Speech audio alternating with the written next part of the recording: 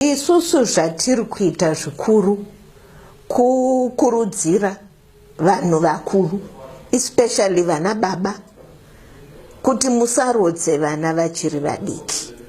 Zvakanaka kuti mwana ngaapedze chikoro. Hungu zvinhu zvingaoma, hungu dzimwe nguva kuchikoro kwacho hazvisi kumufambira zvakanaka, asi zviri nani tigare nevana vedu techivadzidzisa. Saka hurukuro yetaiva nayo kuIkasa yanga iri yekuti vana baba nevana vedu vakomana ngatibetseranei kuti vana vasarorana vachiri vadiki, mwana mudiki asarodzwa achiri mudiki kune mudhara.